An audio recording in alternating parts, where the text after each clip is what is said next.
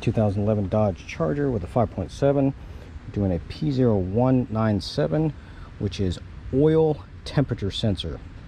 So here is the sensor. It's right here. Where that is located at is behind the alternator. So I disconnected the alternator, rotated it out of the way, and there it is sitting right there.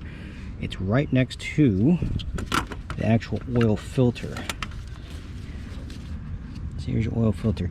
You might be able to get a tool up in there, but I don't think so.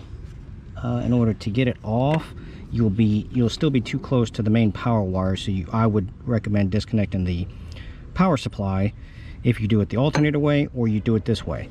But the fun part is getting a socket or a wrench on there in order to do so. The wrench is easier once the alternator is slid into this type of position. I still got one bolt attached to it. See the one in the back, which are 16s. So I just kind of rotated it down and away, and then you can get to everything right then and there. So we're not going to confuse, that is the oil temperature sensor. This one right here, the little green connector, so show you right there, that is the oil pressure sensor. Then this one up here on the water pump is the coolant temperature sensor. So it has 3 different sensors for this type of a job. So just want to be cautious and careful of what it is. The one down there by the oil filter is in essence a coolant temperature sensor, at least the old style. This one over here is a little bit different, so just make sure you get the correct one. That's what the plug looks like.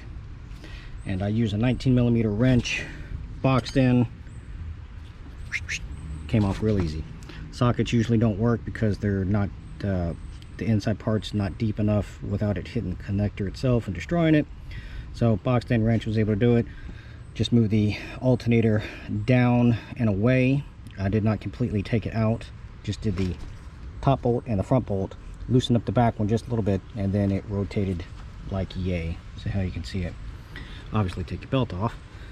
But other than that, any questions or comments, feel free to let me know.